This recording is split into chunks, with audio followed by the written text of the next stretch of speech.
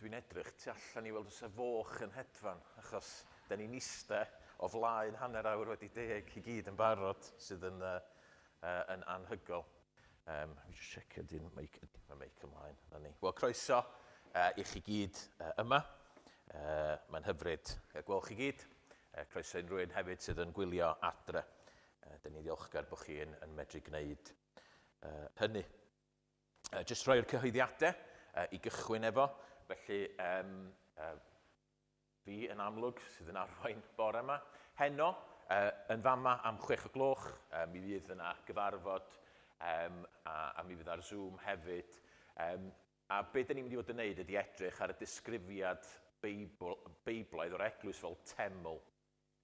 So fel teml, so rhodri sydd yn arwain hwnna. Mae rhodri bore yma'n tan y coed, ie?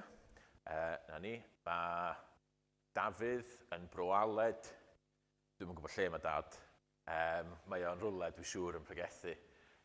Felly, ie, cofiwch amdanyn nhw I gyd. Mae'n gret bod ni yn medru bendithio eglwysi eraill o gwmpas yn dydy fel yna. Wedyn mae gen i ysgol Sul yn ystod y Gwasanaeth. Ac wedyn cofiwch nos Fercher, cyfarfod gweddi am hanner awr wedi 7 yn tŷ Rhodri a Gwenno. Mae hwnna, felly am hanner awr wedi 7. Wedyn nos Wener, cyffro a selar, cofiwch, gwahodd, ffrindiau ac yn y blaen I hwnna. Mae'n gret, mae'n lot o hwyl, da ni'n cael efo'n gilydd. Wedyn, dydd Sadwrn nesa, brecwast merched yn hi Delyth Murphy am 10 o'r gloch. Ac wedyn, byddwn ni nôl yn fama, os dyw e'n mynd, dydd Sul, Chwefror yr ail. Ond fydd 'na ddim cyfarfod nos Sul nesa. So mae Gwasanaeth teulu, Rhodri sydd yn arwain, a felly da ni yn croeso I bawb dod o bwyd efo nhw, a wedyn ewn ni gael bwyd efo'n gilydd yn fama wedyn. So croeso I bawb aros, ewn ni amser braf efo'n gilydd, ac wedyn, fydd 'na ddim cyfarfod nos felly. Rotas a calendre ac yn y blaen, cofiwch amdan hwnna, mae o ar churchnet.org, felly gnewch yn siŵr bod chi'n cadw I fyny efo hwnna I wybod pwy sydd yn neud bob dim. Gwych. Gnewch ni weddio. Arglwydd Dduw Dad, da ni yn diolch I ti am gael dod at yn gilydd bore yma. Da ni'n diolch I ti am dy gariad rhyfeddol dyd teg ata ni. Wrth I ni feddwl nôl am yr wythnos sydd wedi bod, da ni wedi cael yn atgoffa, jyst pa mor rhyfeddol wyt, da ni wedi gweld y stormydd a'r pŵer y myd natur. Arglwydd Dduw Dad, da ni'n gwybod bod yna nifer wedi effeithio trwy'n glad ni, a da ni'n gofyn I ti bendithio nhw y bore yma, a'i cadw nhw. Ond Dad, da ni'n diolch bod ni'n dod o flaen Duw rhyfeddol, pwerus, ofnadwy mewn nifer o ffyrdd ac eto llawn gras. A felly, Dad, da ni'n dod drwan yn pwyso'r Iesu Grist. Da ni'n sori am y pethau drwg da ni wedi gwneud yr wythnos yma. A da ni'n gofyn dy fendith di arna ni. Bydd yn agos iawn, da ni'n gweddio yn enw Iesu Grist. Amen. Gnewch ni addoli Duw gyda'n gilydd trwy ganu o nefol addfwyn oen, sy'n llawer gwell na'r byd. Mae Iesu'n cael ei ddisgrifio fel lot o bethau yn y Beibl, fel llew ac fel lot o anifeiliaid gwahanol, ond dyma un disgrifiad oen, wrth gwrs yn mynd â ni nôl i'r deml a'r aberthu'r oen dros y bobl, ac cyn hynny wrth gwrs i'r Exodus, lle oedd yr oen yn cael ei ladd, ac oedden nhw'n rhoi y gwaed ar y tai pan oedd Pharaoh yn yr Aifft. Felly o nefol addfwyn oen sy'n llawer gwell na'r byd, a lluoedd maith y nef yn rhedeg arno'i bryd. Dy ddawn a thras a thgariad drud sy'n llanw'r nef yn llanw'r byd.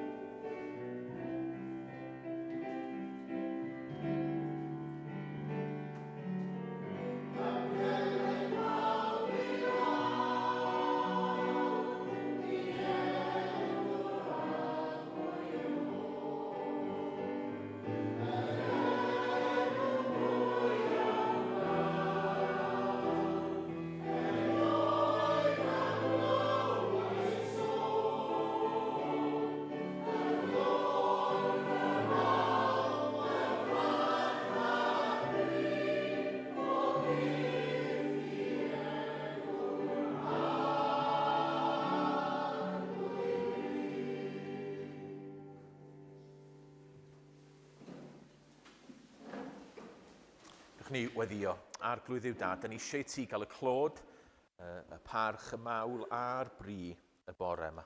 Wyt ti yn rhyfeddol, wyt ti'n heiddi dyddolid.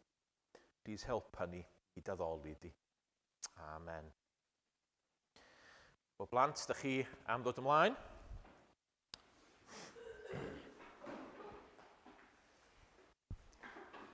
Right. Wel, mae'r hodri, fel arfer yn chwarae, mae'n amlwg chwarae gêm efo chi, dydy. Weithiau mae'n chwarae'r un gêm, o un wrth i'r llall, dydy. Yeah? Wel, dwi'n mynd i wneud gêm efo chi bore yma hefyd. Okay? Ac efallai gallith y bobl hun a'r bobl hen join mewn yn hynny. Okay? Right, so, ar y sgrin o'ch blaen chi, right, mae'n ddau beth yn fanna. Mae'n bêl droed a pêl rygbi. Okay, pêl droed a pêl rygbi. Rwan ta, mae gennych chi tîm mewn pêl droed yn does, a tîm mewn rygbi. Right? Dwi eisiau chi dditha fi pa'n ydy'r mwyaf. So pwy sydd efo'r mwyaf o chwaraewyr yn y tîm?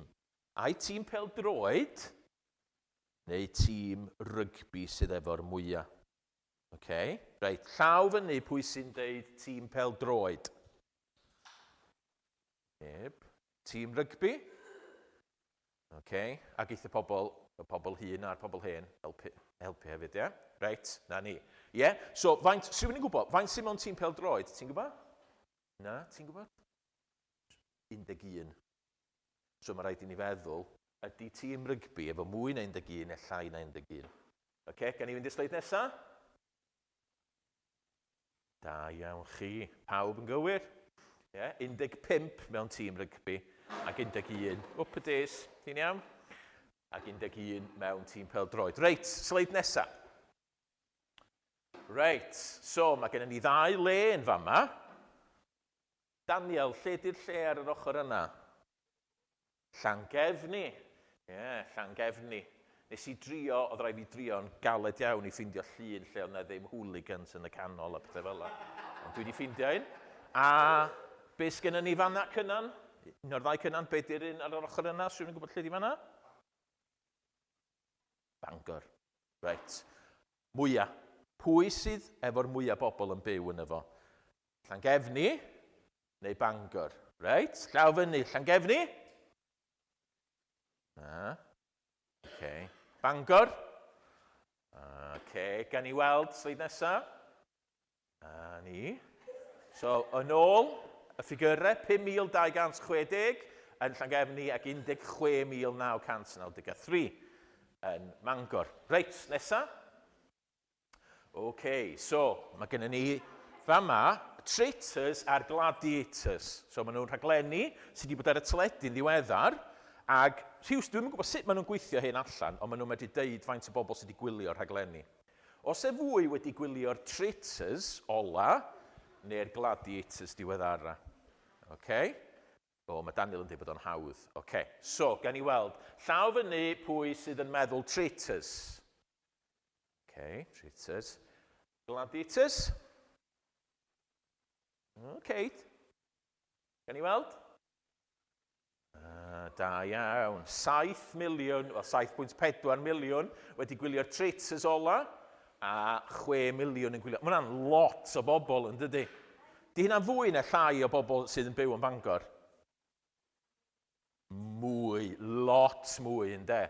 Achos dwi'n meddwl, 16,000 oedd y Mangor, a mae'n 7 miliwn, sef 1,000. Reit, OK, nesa. Beth sgynnon ni fama? Yr un cynta, faint o bysgod sydd yn y môr? OK. Rwan, dwi'n gwybod pwy sydd wedi cyfri hyn, ond yn ôl, mae yna rhywun wedi cyfri nhw, neu ella wedi amcan gyfrif, a pobl yn y byd. So pa'n di'r un mwyaf, right? Faint o bysgod sydd yn y môr, neu faint o bobl sydd yn y byd? OK? Chi'n meddwl? Reit, llaw fyny pwy sy'n meddwl mae'r pysgod yn y môr ydy'r mwyaf? OK. Beth am pobl yn y byd? OK. Dau ohonoch chi, gen i weld? Ie, pysgod yn y môr. Mae rhifau yma'n fawr iawn rwan. Okay? Ond mae yna 8 biliwn o bobl yn y byd. Mae hwnna'n loads, dydy. Iawn? Dychmygwch gorfod prynu anreg nadolig i bob un o heina. Right? 8 biliwn. Ond mae yna 3.5 triliwn o bysgod yn y môr, maen nhw'n meddwl. Yeah? So mae 3.5 triliwn yn lot mwy. Mae'r rhif yna lot hirach na'r rhif yna yn dydy. Yeah? OK, reit. Ydy'r cwestiynau mynd yn anoddach? Chydig bach. Reit, gan i weld. Nesa. OK. So, pysgod yn y môr a sêr yn y Milky Way. So, yn yn galeth ni. Okay? So, dyn ni, yn y nos, dyn ni'n edrych allan ar y sêr, ac yn gyffredinol, y sêr dyn ni'n gweld ydy'r rhain yn galaxy ni yn y Milky Way. Right? Oes na fwy o bysgod yn y môr na sêr yn y Milky Way. Right? So, llaw fyny pwy sy'n meddwl mae'r rhif mwyaf ydy'r pysgod yn y môr. OK. Dau ohonoch chi. A sêr yn y Milky Way? OK. Right, gan i weld? Dych chi'n iawn. Mae yna 3.5 triliwn pysgod yn y môr, ond mae yna 10 triliwn o sêr yn y Milky Way yn ôl y sôn. Iawn? So, mae'r cwestiynau mynd yn anoddach. Nesa? So, sêr yn y Milky Way, a wedyn, beth sgynny ni fanna? Ti'n gwybod beth di heina? Nid atoms, na tebyg. Tebyg i bacteria. Celloedd. So, dyn ni wedi wneud allan o celloedd yn do. Right? So, oes na fwy o sêr yn y Milky Way neu celloedd yn yn corff un person? Okay? So, sêr yn y Milky Way oedd yn 10 triliwn neu celloedd yno ni. Right, pwy sy'n meddwl mwy o sêr yn y Milky Way?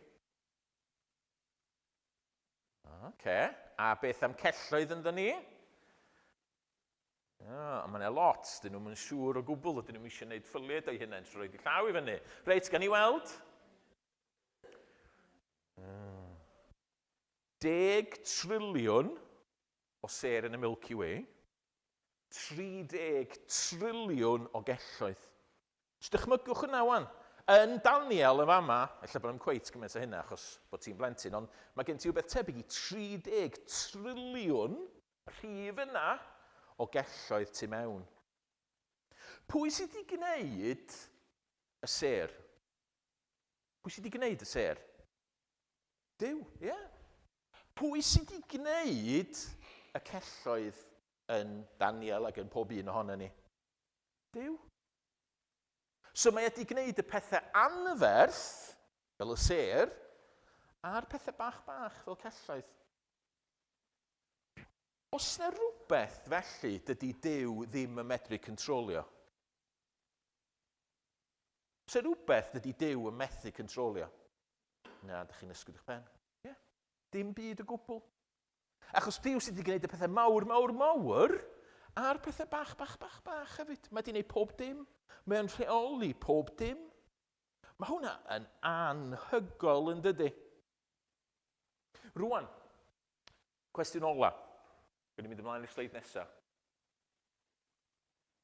Ma ni. Di hwn ddim yn gwestiwn, mae hwn yma. Nes i edrych, a nes i trio gweithio, nes i'n gweithio allan. Nes i edrych a gweld faint o sêr oedd yn y bydysawd i gyd. Ac eto, sneb wedi cyfri hein. Ond maen nhw'n meddwl bod yna 200 biliwn triliwn o sêr yn y bydysawd i gyd. Mae'r rhifau yma'n anferth yn dydy. Pethau mawr. Da ni byth yn medru, cyfri'r fath beth yn osan. Yeah? Ond mae Duw mor rhyfeddol. Mae Duw mor rhyfeddol yn gwneud y pethau mawr a'r pethau bach. Ni fynd i'r sleid nesaf. So mae gen i adnod yn fama. Dyma beth mae'r adnod yn deud, oherwydd Duw mawr yw'r arglwydd. Fysa chi'n medru rhoi gair arall yn lle mawr fanna, wrth feddwl beth da ni wedi gwneud.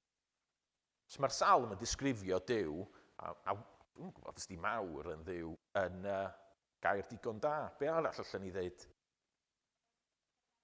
Rhyfeddol, anferthol, ginormous, pwy ddweud wrth ysbetha, ansbaredigaethus, fysa ni'n medru rhaid, oherwydd Duw anhygol ydy'r arglwydd, a brenin mawr goruwch yr holl dduwiau. Yn ei law ef, y mae dyfnderau y ddeiar, ac eiddo ef yw uchelderau'r mynyddoedd. Eiddo ef yw'r môr, a'r holl pysgod. Faint y pysgod sy'n y môr? Pwy sy'n cofio?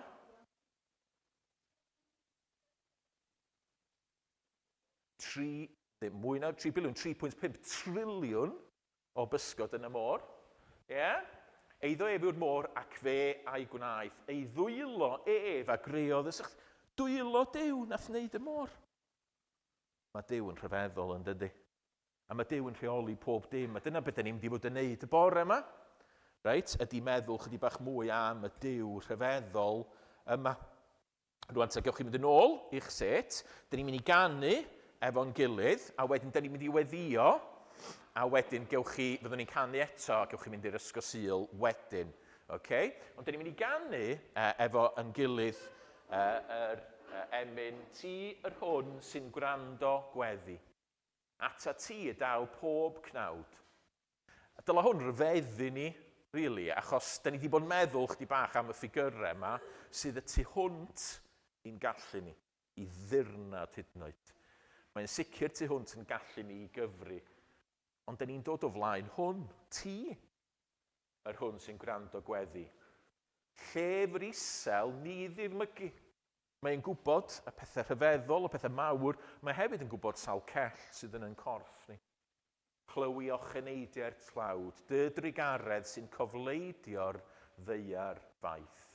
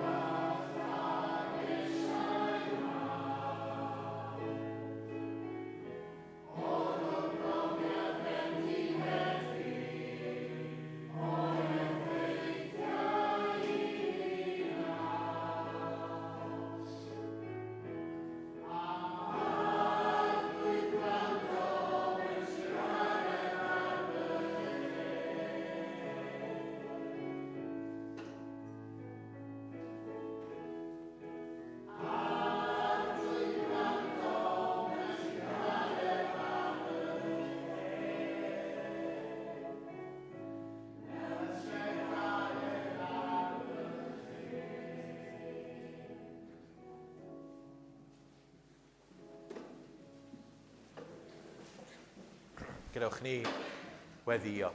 Arglwydd Duw, Dad, da ni'n mynd i deud y geiriau yna mor rhwydd, arglwydd Duw. Ond da ni yn sylweddoli ac yn rhyfeddu at dy gariad, a dy bŵer, a jyst y faint aruthrol di. Bod ti wedi creu y byd i gyd ar bydysawd sydd yn parhau i fynd yn fwy o arglwydd Duw, Dad. Wyt ti yn rhyfeddol. Ac eto, o arglwydd Duw, Dad, wyt ti'n gwrando arno ni, ac wyt ti'n ymwybodol ohono ni, ac wyt ti'n ymwybodol o'n holl anghenion ni. Ac arglwydd Duw, Dad, da ni'n diolch i ti am hynny. Da ni'n diolch bod ni'n darllen hynny yn dy air di. Ond Dad, da ni'n diolch bod ni'n gweld hynny hefyd yn Iesu Grist. Bod Iesu wedi dod yn un ohono ni, i bod o wedi marw trosto ni, a'i fod o wedi atgyfodi eto. A felly, Dad, wrth i ni ddod ato ti rwan, da ni'n ymwybodol bod ni'n gwneud rhywbeth mawr iawn. Da ni'n gwneud rhywbeth ofnadwy iawn wrth ddod ato ti, i alw arna ti, i weddio, i daddoli di. O arglwydd Duw, Dad, bydd gyda ni rwan, a fel da ni wedi canu, Dad, da ni isio dy ras di weithio yna ni. Da ni isio profi ohono ti. O Dad, da ni'n just isio deall pethau yn pen.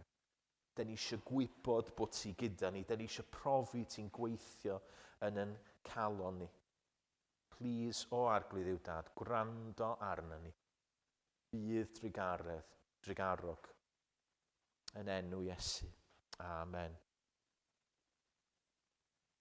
Gadewch i ni ddoli Duw gyda'n gilydd eto trwy canu Iesu'r adda sy'n rhagori, mab I Dduw a mab y dyn. Yn yr ardd pan demptwyd yno safau'n gryf heb ildio dim. Mae'r emyn yma mynd trwy yr Hen Testament ac yn gweld fel oedd gwahanol gymeriadau yn yr Hen Testament. Yna bethau da amdanyn nhw, ond yna bethau gwael amdanyn nhw, ond mae Iesu yn well. A dydy Iesu ddim efo yr diffygion yna da ni'n weld yn y bobl yn yr Hen Testament. A gallu dy plant fynd allan i'r ysgol Sul o'n hefyd.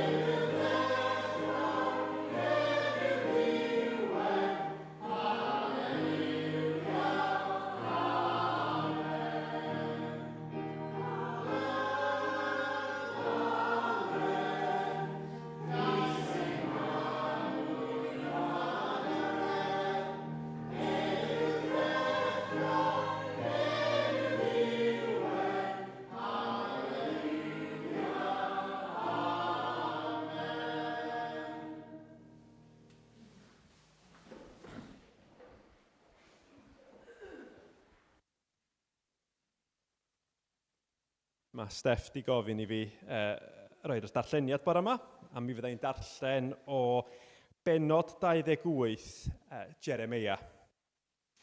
Jeremia a'r proffwyd Hanania.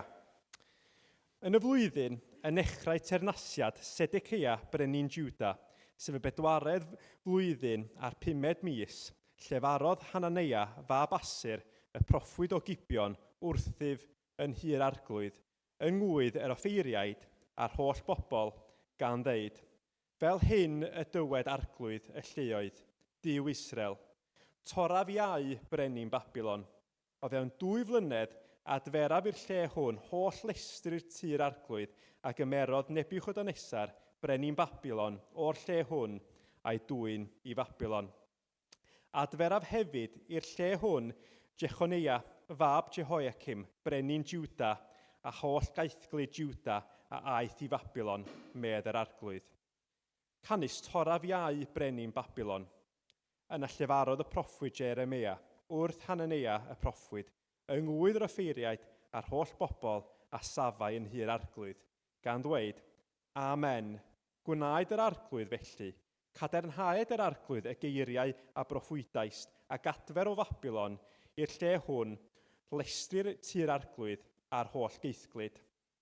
Ond gwrando nawr ar y gair hwn a lefaraf yn dy gliw ac ynghliw'r holl bobl. By'r proffwyd a fu ymlaen ni ac oedd flaen di o'r amser gynt yn proffwydo rhyfeloedd a newyn a haint yn erbyn gwledydd lawer a thernasoedd mawrion. Am y sawl sy'n proffwydo heddwch gwyddus am y proffwyd hwnnw, mae'r arglwydd yn wir a'i hanfonodd.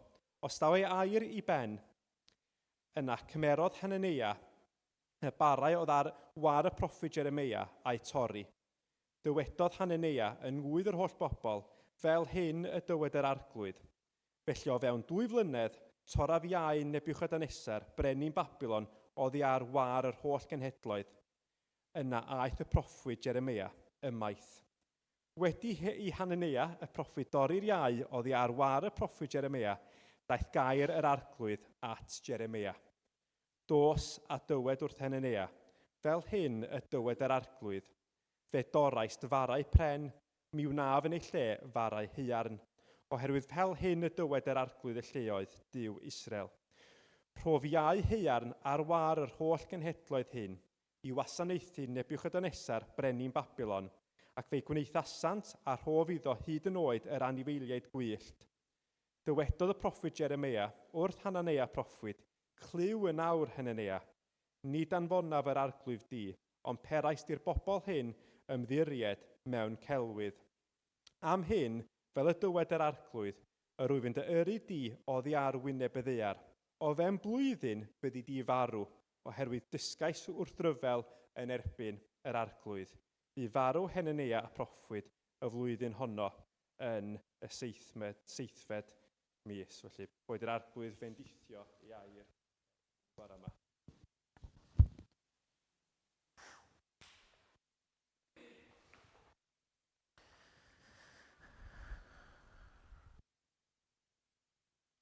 Diolch.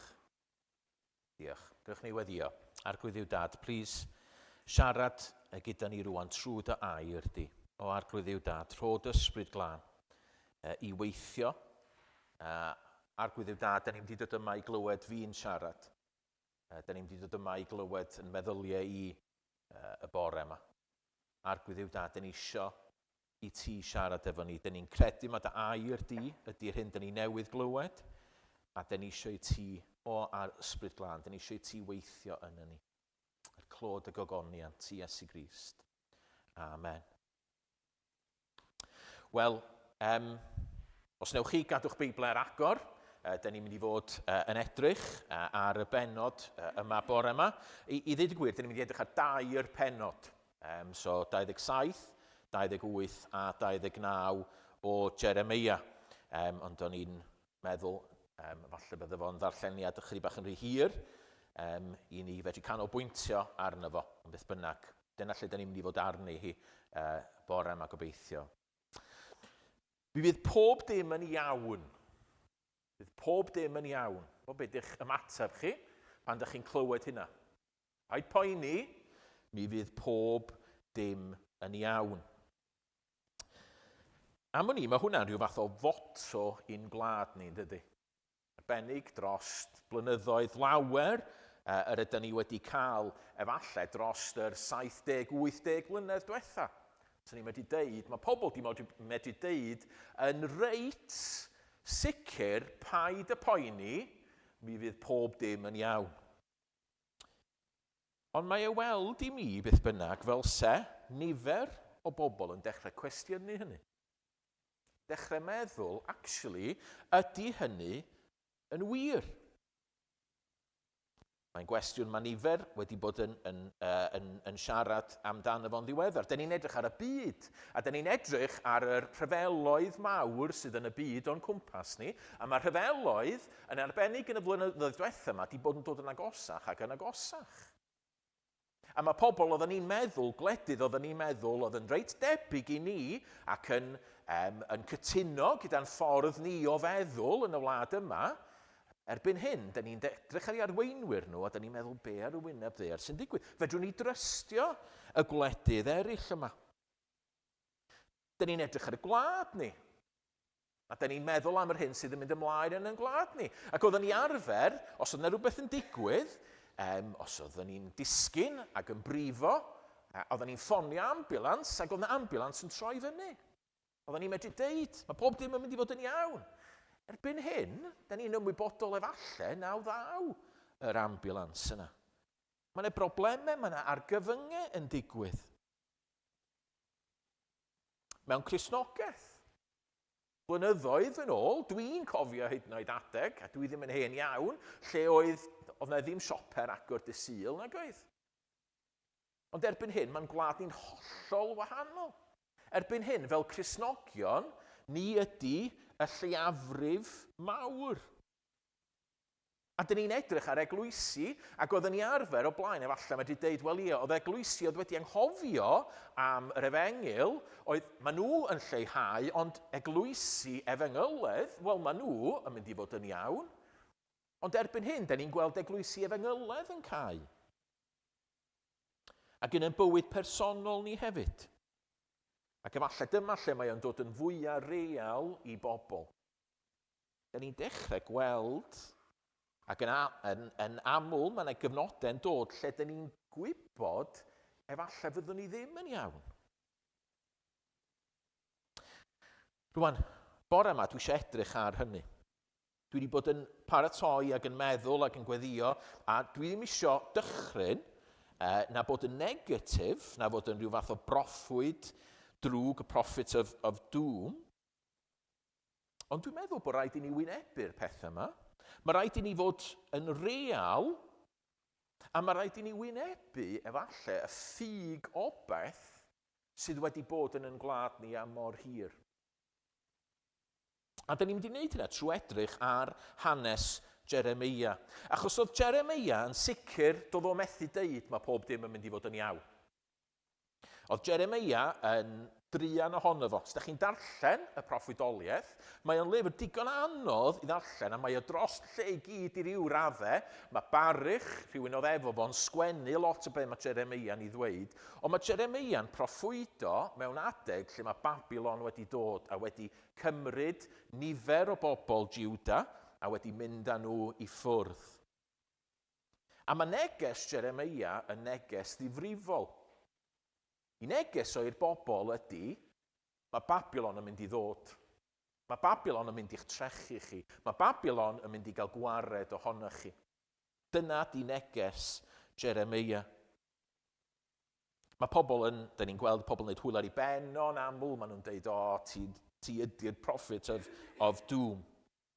Ond da ni'n cael, yn y llyfr, ac yn arbennig y tair penod yma, da ni'n cael rhyw fath o stori, os hoffech chi, rhywbeth sydd yn digwydd, darlun ac yn y blaen, fel sefo, a mae yna agwyddorion pwysig yn dod allan ohono fo, am sut ydym ni fod i fyw mewn adeg fel yna.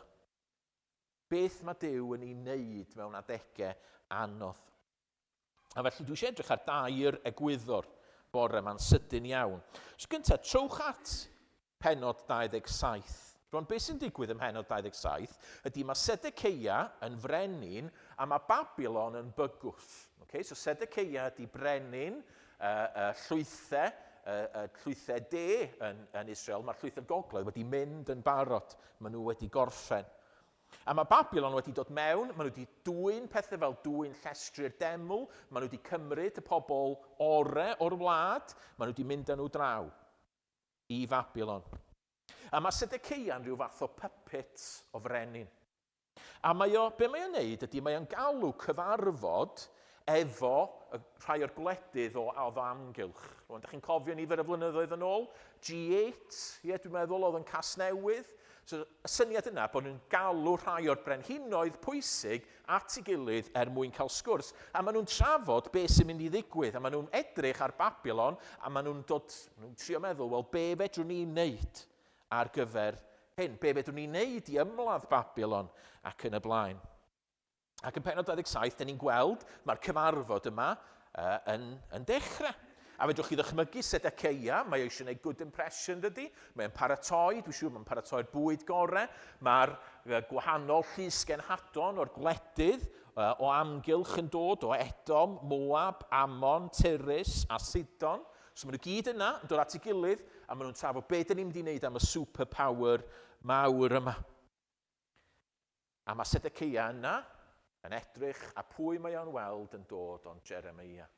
A gallwch chi ddychmygu fo i galon o'n disgyn yn meddwl, na, be mae'r boi yma yn neud? A da chi medru dychmygu fo'n chwys oer i gyd ac yn edrych ac yn gweld Jeremia ac yn gwybod o hwn ydy'r proffwyd sy'n wastad yn proffwyd o pethau drwg. A nid yn unig bod o'n gweld Jeremia yn dod, ond mae Jeremia yn dod a mae'n gwisgo iau arno fo. So mae'n chydig bach o wirion, really, mewn ffordd, yn y iau fel oeddech chi'n rhoi ar wartheg adeg yna i dynnu pethau mewn cae. Wel, mae Jeremia yn gwisgo iau. A mae o'n cerdded. A beth mae'n neud? Mae'n mynd rownd pob un o'r llysgenhadon ac yn siarad gyda nhw. Beth mae'n dweud?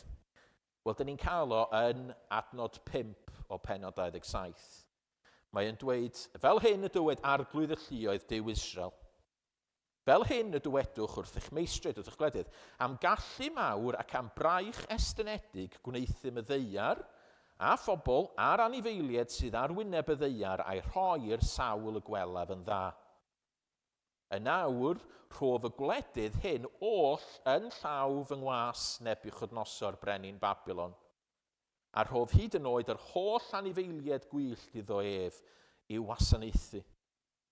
Bydd yr holl genhedloedd yn ei wasanaethu ef a'i fab a mab ei fab, nes dod awr ei wlad yntau. Mae newyddion drwg. Mae Jeremia yn deud wrth y llysgenhadon mae gyd, does am pwynt i hyn. Be sydd yn mynd i ddigwydd ydy mae Nebuchadnezzar yn mynd i ddod a mae'n mynd i'ch concro chi. A dyma ydy'r egwyddor fawr gyntaf da ni'n gweld yma. Mae Duw yn rheoli hyd yn oed pan fydd pethau'n ddrwg. Mae Duw yn rheoli hyd yn oed pan fydd pethau yn ddrwg. Wel, o'n i'n dweud wrth y plant cynt yn dod, mae Duw wedi creu'r pethau mawr a'r pethau bach, ac felly, da ni'n gweld, mae'n gwneud synwyr, mae Duw yn rheoli pob dim, y mawr a'r bach. A mae hwn yn cael, da ni'n cael rhyw fath o hint o hyn yn Pennod 27, achos mae Jeremia yn deud fel hyn y dywed arglwydd y lluoedd Duw Israel. Ychydig bach fel deud, dyma beth mae Duw yn deud, Duw y byd i gyd, Duw y bydysawd i gyd, a Duw Rhiwlas. Hynny di, y mawr arglwydd y lluoedd ag Israel.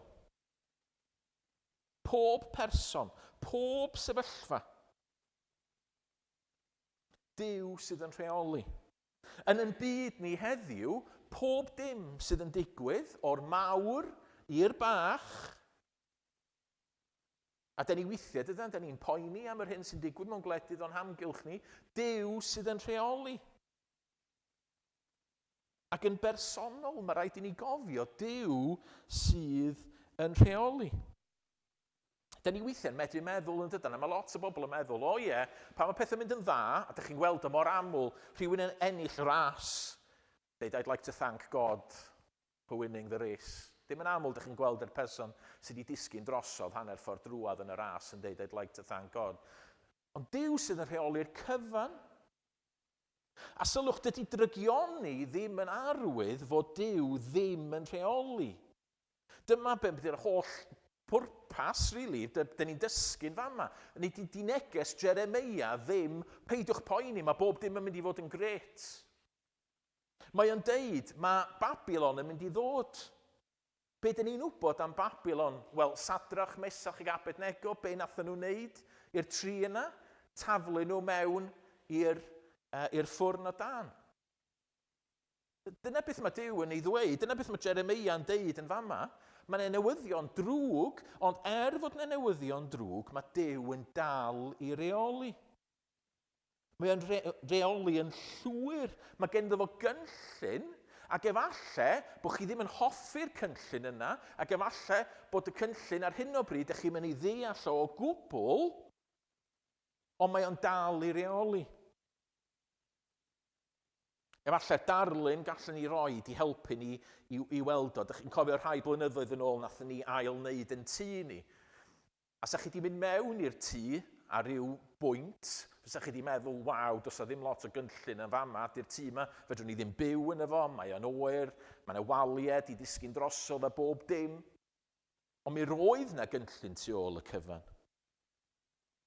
A da chi'n gweld mae Jeremia yn fama, i neges gyntaf o ydy, actually, mae pob dim yn mynd i ddisgyn o'ch amgylch chi. Mae pethau drwg yn mynd i ddigwydd. Ond Duw sydd tu ôl y cyfan. A mae rhaid i ni gofio hyn. Achos weithiau mae'n ormod yn bywyd ni. Mae pethau anodd yn medru digwydd, a wneith y diafol ar y pwynt yna ddeud wrthych chi, mae Duw di anghofio amdano chi. Neu di Duw ddim yn rheoli ar hyn o bryd. Mae rhaid ni atgoffa yn hunan. Mae rhaid i ni gymryd cam yn ôl. Ac atgoffa yn hunan, mae Duw yn rheoli. Dwi'n meddwl amdano fo chdi bach fel, ydych chi'n gweld, rhain o'ch chi sydd yn hoffi gwylio rygbi fel fi, oedd o rhai nifer o blynyddoedd yn ôl, pan oedd rhywun yn cicio at y pist, be oedden nhw'n wneud? Oedden nhw'n wneud hynna, rhoid y pel lawr, camu nôl a cic. Wel, erbyn hyn, wrth gwrs, dyn nhw'n wneud hynna, mae'n rigmarole mawr yn does, mae'r person yn mynd yn ôl, a wedyn maen nhw'n stopio, a maen nhw'n anadlu, a ydych chi'n gweld nhw'n siarad efo'i hunan, a mae'n llwyth o sŵn o'i hamgylch nhw, ond maen nhw'n cael mewn i'r zôn yn dydyn. Maen nhw'n atgoffa'i hunan o bethau pwysig mwyn medru cicio'r bel. Wel, yn bywyd ni, weithiau, da ni angen cymryd cam yn ôl. A da ni angen meddwl ac atgoffa'n hunan, a cofio mae Duw sydd yn rheoli. A mae hwn yn gymaint o gysur i ni. Duw sydd yn rheoli. Hyd yn oed pan fydd pethau yn ddrwg. Hyd yn oed pan da ni'n mynd deall beth sydd yn digwydd, mae Duw yn dal i reoli. So dyna'r egwyddor gyntaf. Gydwch ni fynd ymlaen felly at yr ail egwyddor, a da ni'n mynd ymlaen yma at pennod 28, yr hanes oedd Eirin yn ei ddarllen. A mae rhaid i ni fod yn ofalus, achos dwi'n mostod chi, yr hanes ydy, wrth gwrs, mae Jeremia yna, mae o wedi proffwydo, mae o wedi dweud wrth y bobl, ylwch, does o ddim pwynt i chi ymladd yn erbyn brenin Babylon, mae gen i'r iau ar yng nghefn i ddangos, ydych chi'n mynd i fod yna, ydych chi'n mynd i fod, mae ar ben arna chi. A mae Hananeia wedyn yn dod sydd yn broffwyd arall, a mae o'n deud, hold on, na, ddim o gwbl, peidiwch poeni. Blwyddyn neu ddwy fydd o, a wedyn fyddwch chi nôl. A mae hyd yn oed yn mynd ydi a torri'r iau oddi ar gefn Jeremia. A mae rhaid i ni fod yn ofalus yn fama, achos wrth gwrs, wrth ddarllen o, da ni wastad wrth ddarllen, da ni'n rhoi yn hun yn lle yr arwr dydan, a da ni'n gweld yn hunan efallai fel Jeremia. Ond gydwch chi ofyn y cwestiwn, pwy fysa chi isio credu? Fysych chi eisiau credu Hanania neu Jeremia? Ac oedd neges Hanania yn dod efo lot o awdurdod. Oedd o'n broffwyd, oedd o'n hir arglwydd. Dych chi'n gweld o, mae'n defnyddio'r un geiriau a Jeremia. Yngwydd yr offeiriad, fel hyn y dywed arglwydd y lluoedd Duw Israel. Toraf iau brenin Babylon. So mae'r neges yn dod gen Hanania. A dyma lle dyn ni'n gweld yr ail egwyddor. Mae'n beth peryg iawn ceisio deall ewyllys Duw. Mae'n beth peryg iawn trio deall beth mae Duw yn ei wneud. A mae rhaid i ni fod yn ofalus yn iawn yn fama. Mae'n beth peryg iawn trio edrych o'n hwn cwmpas ni a creu rhyw fath o narratif a deud, wel, dyma sydd yn digwydd, dyma beth mae Duw yn ei wneud. Achos dyn ni'n gweld mae Hanania, mae o'n ddiwedd tragic. Achos mae Hanania ei hun yn marw. Mae neges o'n hollol anghywir. Mae o'n deud, peidiwch poeni, ydych chi'n mynd i ddod nôl mewn chydig o blynyddoedd a fydd Babylon wedi gorffen. Ac wrth gwrs, dyn ni'n gwybod bod y peth ddim yn wir o gwbl. Oedden nhw yna am flynyddoedd a blynyddoedd a blynyddoedd. A mae hwn yn beryg arbennig yn ein dyddiau ni, achos dyn ni'n bobl sydd yn hoffi rheolaeth, a dyn ni'n bobl sydd wedi cael rheolaeth am yn bywyd mewn nifer o ffyrdd. Efallai, gallwch chi roi chydig o enghreifftiau o sut gallai hyn ddangos ei hun yn ein bywyd ni. Efallai bod ni'n meddwl am swydd. A dyn ni'n meddwl, reit, ydy Duw am i mi fynd ymlaen efo'r swydd yma, i drio am y swydd. Alla bod ni'n deud, wel, ie, dyma'r ffordd mae Duw mynd i fendithio fi. Ydy trwy mi gael y swydd a mwy o arian ac yn y blaen. Dwi'n mynd dweud bod ni ddim angen mynd am swyddi ac yn y blaen. Ond da chi'n gweld fel mae rhaid bod yn ofalus. A mae rhaid rili ceisio yr arglwydd, achos dyn ni'n gweld fod Duw, dydy Duw ddim just yn bendithio non-stop os roi o fel. A dwi'n dweud hynna'n ofalus. Mae yna ganlyniadau i'n camgymeriadau ni.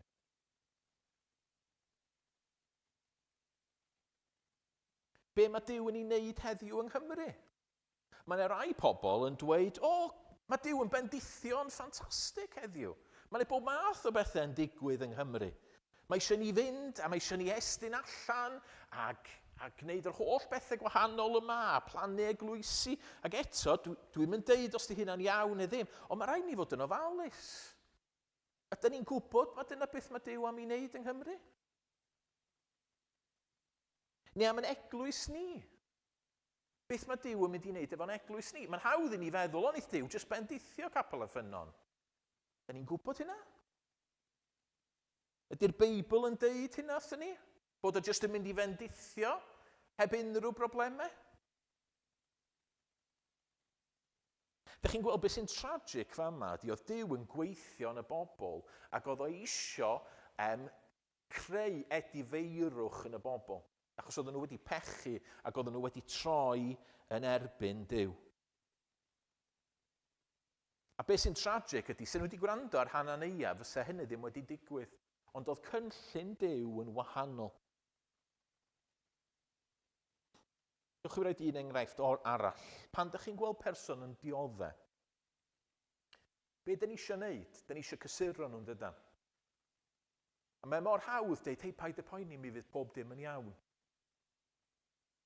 Dyna be mae lot o bobl yn y byd yn ei wneud. Poeni, fydd bob dim yn iawn. Ond mae rhaid i ni fod yn ofalus. Ydyn ni'n gwybod hynna? Ydy Duw yn gaddo hynna? Fedrwn ni ddeud hynna mewn gwirionedd? Dych chi'n gwybod, mae ffyrdd Duw goruwch yn ffyrdd ni. A mae rhaid i ni fod yn ofalus iawn pan dyn ni'n dod at sgeisio dirnod be mae Duw yn ei wneud. Dwi'n hoffi'r ffordd mae Jeremia yn ymateb yn fama. Di Jeremia ddim, bod Hanania'n deud y pethau yma, dydy Jeremia ddim yn mynd a pwpwio fo. Chwarae teg, mae Jeremia'n deud, gret, os di hynna'n wir. A felly mae rhaid i ni wylio'n hunain, mae rhaid i ni beidio bod yn negyddol. Mae Duw yn bendithio, mae Duw yn achub, mae Duw yn gwneud pethau rhyfeddol. Felly, dyn ni'n eisiau bod yn negyddol, ond be mae Jeremia yn deud ydy gawn ni weld, gawn ni brofi os di'r hyn wyt ti'n deud yn wir. A mae'n deud wrth Hanania, yli, ti'n deud y pethau yma, y ffordd dyn ni'n mynd i wybod ydy os dyn nhw'n dod yn wir. A be sy'n digwydd o fewn 6 mis, mae Hanania wedi marw. Ac felly mae rhaid i ni fod yn ofalus. A mae rhaid i ni constant i ddod yn ôl at air Duw. A gweld be mae Duw yn ei ddweud. Am y mywyd i. Oce, dwi'n mynd trwy gyfnodau anodd. Ydy Duw yn mynd i ddweud bod o'n mynd i just symud y cyfnodau anodd na? Dydy o'n mynd dweud hynna yn y Beibl? I Jeremia oedd y newyddion drwg. A ydych chi'n gweld os am gwarant i chi nag i fi fod Duw jyst yn mynd i'n bendithio ni. A mae rhaid i ni fod yn ofalus achos mae'r feddylfryd mae weithiau'n dod mewn i'n meddwl ni. Os gadewch i ni gael recap sydyn.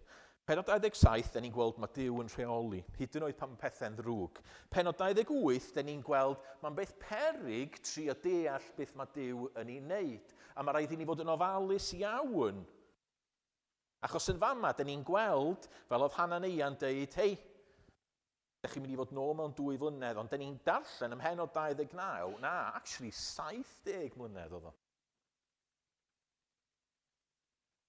Rwan, peidiwch poeni, dwi'n mynd i wneud o, ond mae'n ddiddorol sy'n gofyn yma, pwy sydd dros 70? Hynny di, efo sy'n y rei o'n chi'n codi fyny ar eich. Mae 70 yn lot o amser. Mae Jeremia'n deud yn fama, lwch, mae'n bobl yn mynd i fynd a maen nhw'n mynd i farw yna. Hyd yn oed y babis, os newn nhw fyw, fydden nhw'n 70 pan ddown nhw yn ôl.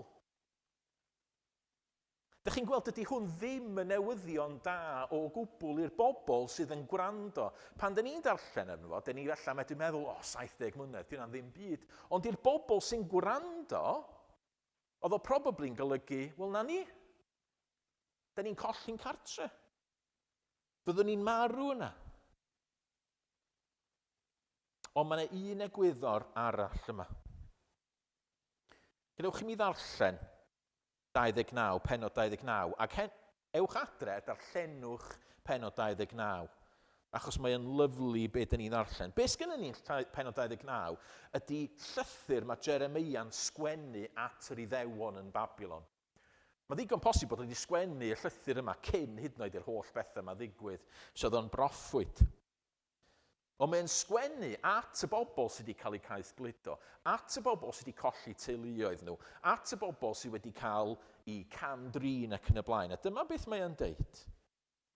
Dyma eiriau'r llythyr anfonodd y proffwyd Jeremia o Jerusalem at weddill yr henuriaid yn y geithglyd a'r offeiriaid a'r proffwydi. Ac at yr holl ac bobl y geithgludodd Nebiwchodynosor o Jerusalem i Babylon. Bu hyn wedi'r brenin Jechonia, a'r fam Brenhines, a'r Unuchiaid swyddogion Jiwda Jerusalem, a'r seiri a'r gofaint adal Jerusalem. So mae'r holl bobl na wedi gadael Jerusalem. Anfonodd y llythyr hwn trwy law Elasa, fab Saffan, a Gemaria, fab Pilceia, anfonwyd gan Sedecia, brenin Jiwda i Babylon. So mae'n gyrru'r llythyr. Dyma ei eiriau, adnod 4. Fel hyn y dywed arglwydd y lluoedd Duw Israel. At yr holl geithglyd a geithglydais o Jerusalem i Babylon, codwch dau a thrigwch ynddynt. Planwch erddi a bwyta o'i ffrwyth. Priodwch wragedd am ag i meibion a merched. Cymerwch wragedd i'ch meibion a rhoi gwir i'ch merched. I fagu meibion a merched. Amlhewch yno ac nid lleihau. Ceisiwch heddwch y ddinas a geithgludes chwi iddi. A gweddiwch drosti ar yr arglwydd oherwydd yn ei heddwch chi, y bydd heddwch i chi. Chi'n gwybod, mae cynllun Duw yn berffeth. A mae'n deud, ylwch, peidiwch panicio. Mae gen i gynllun yn hyn i gyd. A dyma di'r egwyddor ola dyn ni'n gweld. Mae cynllun yr arglwydd yn berffaith. A mi fedrwn ni drystio ynddo fo. Pe bai Hanania wedi cael ei ffordd, be fydde wedi digwydd? Wel, fydde'r pobl wedi dod nôl, fydde pechod wedi parhau, fydde yna ddim newid yn y genedl, a fyse Duw wedi tynnu nôl yn llwyr, a wedi gadael nhw'n llwyr. A dyna fydde'r diwedd ar y genedl. Fydde'r Israeliad jyst i bod fel unrhyw genedl arall. Ond mae Duw yn dweud, na, dych chi wedi pechu, mae gen i gynllun, dwi'n mynd i wneud, dwi'n mynd i gosbi, dwi'n mynd i fynd â chi draw i Babylon. Dwi'n mynd i ddangos i chi pa mor ddifrifol ydy'ch pechod chi. Ond ewch, gnewch gartrefi yno, cariwch ymlaen i fyw, dwi'n mynd i gynnal chi, a wedyn dwi'n mynd i ddod â chi nôl.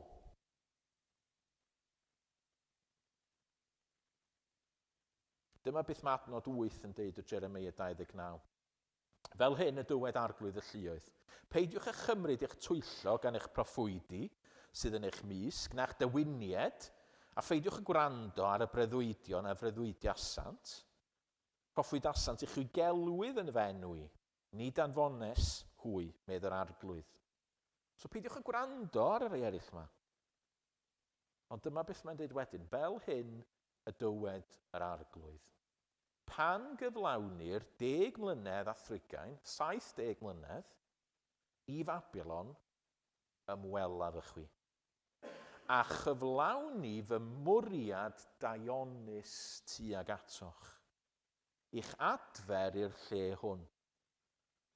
Oherwydd my fi sy'n gwybod fy mwriadau a drefnach ar eich cyfer, medd yr arglwydd. Bwriadau o heddwch, nid niwed. I roi chwi dyfodol gobeithiol. Yna galwch arnaf a dewch i weddio arnaf a gwrandaw af arnach. Fem ceisiwch am cael pan chwiliwch a holl galon fem cewch, medd yr arglwydd. Ac adferaf i chwi lwyddiant a'ch casglu o blith yr holl genhedloedd ac o'r holl leoedd y gyrrais chwi iddynt, medd yr arglwydd. Ac fydd dychwelaf i'r lle y ceithglwydwyd chwi ohono fo. Dych chi'n gweld beth mae Duw, mae gynllun o'n gymaint gwell ydy. Mae gynllun o'n mae'n dod â'r bobl yn ôl, a be maen nhw'n mynd i wneud 70 mlynedd wedyn? Wedyn nhw'n mynd i fod patch ar y bobl oedden nhw cynt, mewn un ffordd, maen nhw'n ail-adifladu ryw deml, ond fydd pethau ddim cweit fel oedden nhw, ond maen nhw'n dal i obeithio, a mae'n flynyddoedd am blynyddoedd yn mynd heibio, ac wedyn yn sydyn mae yna angel yn ymweld â merch ddinod y Nazareth. A mae Iesu yn dod. Mab Duw ei hun yn dod i goncro pechod a marwolaeth. Ac yn galluogi nhw a ni, yr holl genhedloedd fel oedd o'n deud, fe'n ceisiwch am cael ac adferaf i'ch lwyddiant a'ch casglu o blith yr holl genhedloedd gael calon newydd. Dach chi'n gweld fel oedd Duw efo cynllun jyst gymaint gwell na cynllun Hanania. Oedd Hanania yn deud, peid y poeni.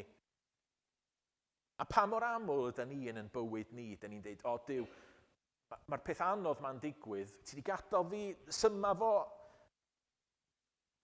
Da chi'n gweld, da ni methu deud, wel, mi fydd pob dim yn iawn. Ond mi fedrwn ni ddeud mi fydd pob dim yn iawn. Dyna wneud synwyr. Da ni methu jyst deud, mae Duw yn mynd i fendithio, mae'n mynd i symud y pethau anodd yma. Paid y poeni, mae'n okei. Da ni methu deud hynna. Ond, da ni'n gwybod fod Duw efo cynllun gymaint mwy, gymaint gwell. Mae gen efo fwriadau daionus tuag ata ni. Mae o'n yn caru ni. Mae Duw yn gwneud job go iawn. Mae Duw yn gwneud job go iawn. Rwy'n darlun i chi. Blynyddoedd yn ôl, o'n i yn gweithio ac oedden ni angen system gyfrifiadurol newydd yn y gwaith. Ac dyma ni'n mynd ac cael 3 quote, fydd Hyw yn gwybod yn iawn beth dwi yn siarad amdano fo fama. So gofyn 3 cwmni gwahanol i ddod mewn i roi quote i ni am y gwaith. Dyma ni'n deud, dyma beth yw'r gwaith. Dyma na un cwmni, dwi'n cofyn union beth oedd o. Ddydwn ni, nath na un cwmni ddod mewn yn deud, reit, 10,000 o bunnau neith y gostio. Nath na gwmni arall ddod mewn yn deud, o na, 60,000 o bunnau neith y gostio. A wedyn nath na gwmni arall ddod mewn a deud, na, 200,000 o bunnau neith y gostio. Ac oedden ni'n meddwl, reit, o diar, pa un da ni'n ddewis? Ac wrth gwrs, be nathon ni oedd mynd am yr un yn y canol. Meddwl, oce, lle bod yr ein bach, neu di mae'n rhy fach, mae'n fwy o waith na hynna, ond sgynny ni'n gymaint hynna arian, felly ewn ni am yr un yn y canol. Nath y system gyfrifiadurol byth weithio. Chi'n gweld 200,000 o bunnau oedd o'n mynd i gostio. Oedd y bobl na'n dweud y gwir. A mor aml yn bywyd ni, dyn ni yn edrych a dyn ni'n meddwl, oce, Duw, dwi'n gwybod bod ti'n neud gwaith, ond, come on, newn ni fynd lawr y llwybr yma. Ond eith Duw ddim gadael i hynna ddigwydd. Ac efallai bydd o'n anodd. Efallai bydd o'n horrible. Ond mi wneith Duw wneud y gwaith yna. Da ni medru trystio yn efo'n llwyr, oedd gen efo gynllun gwell ar gyfer i bobl yn fama.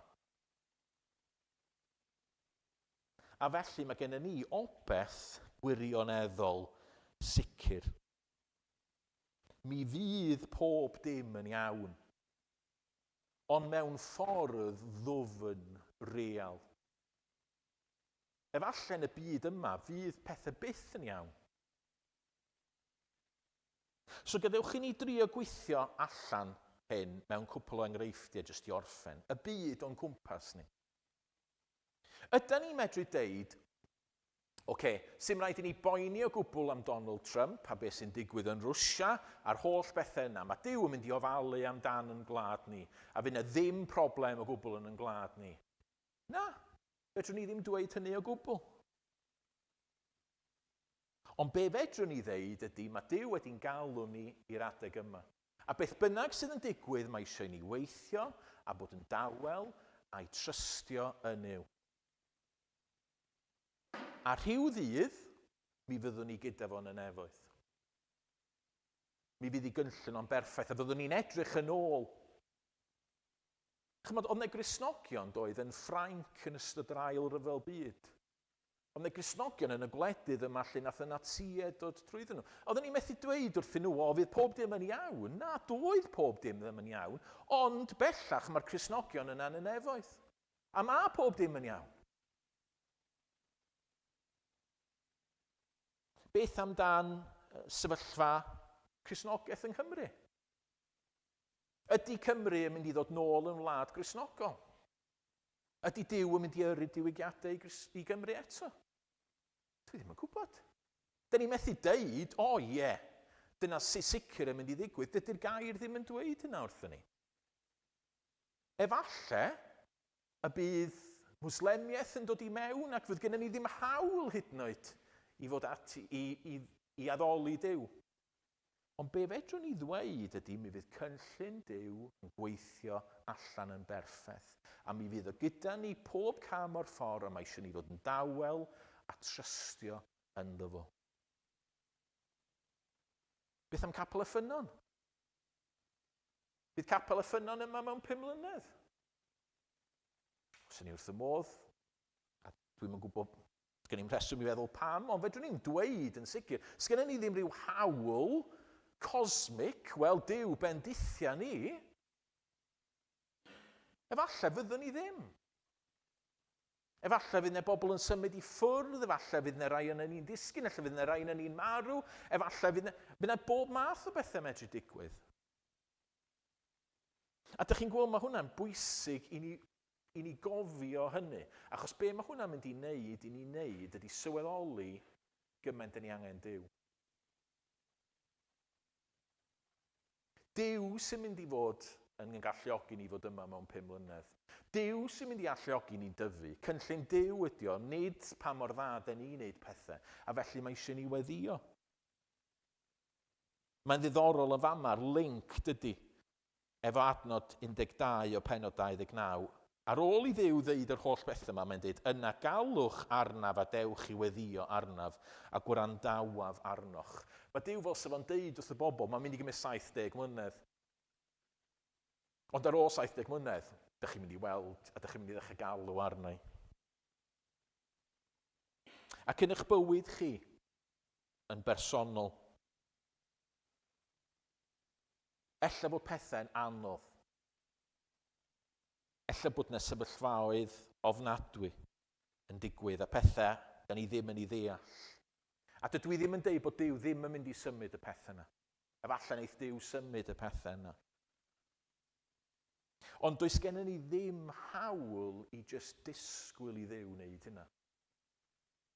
Ddylen ni fod yn mynd ac yn galw ar Dduw ac yn gweddio ar Dduw ac yn gofyn, o Dduw, please helpa fi yn y sefyllfa yma. Ond be fedra i ddeud ydy, os ydych chi'n credu'n Iesu Grist, mi fydd pob dim yn iawn. Os ydych chi'n credu'n Iesu Grist, os gewch chi'r bywyd mwyaf anodd posib yn y byd yma. A fel dwi'n deud, dwi'n gobeithio fydd ddim un ohono ni'n cael hynny. Mae Duw yn rastlon. Ond hyd yn oed, os ydy hynny'n wir, mi fydd y diwedd yn ogoneddus. Mi fyddwch chi'n edrych yn ôl yn y nefoedd a fyddwch chi'n mynd, waw, Duw oedd y gynllun di'n berffaith, a mi fydd gennych chi dragwyddoldeb. Fyddwch chi'n addoli Duw, achos fyddwch chi'n gweld pa mor dda ydy o wedi bod.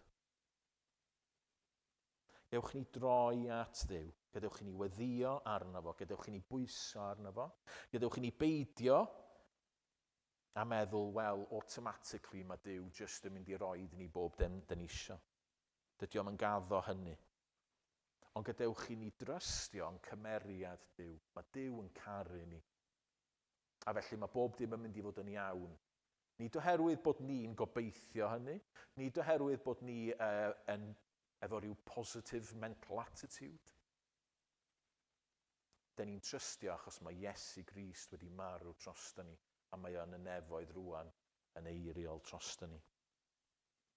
Gwch ni ganu gyda'n gilydd i orffen. Dwi wedi neidio un emyn, Lydia, sori, ond newn ni.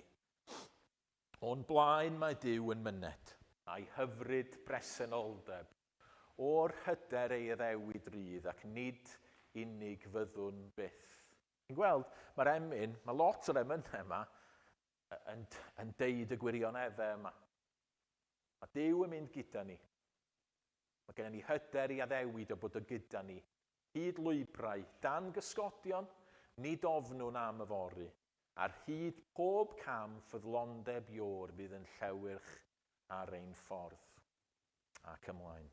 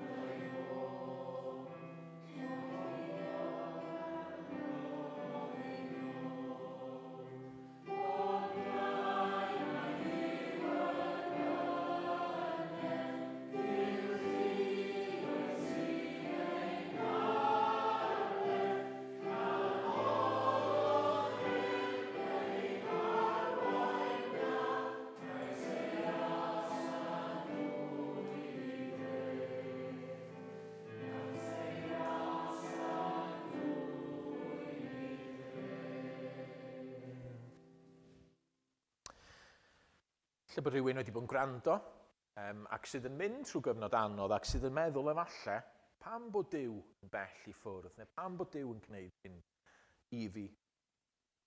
Eisiau chi wybod mae Duw yn eich caru chi. A fydde Duw byth yn gwneud dim byd na'ch rhoi chi mewn unrhyw le ond i bai fod o am eich bendithio chi. A felly trowch at Duw. Trystiwch yn Iesu Grist. Cyn i ganu yn digyfeiliant i orffen. Diolch ti'r holl alluog Dduw.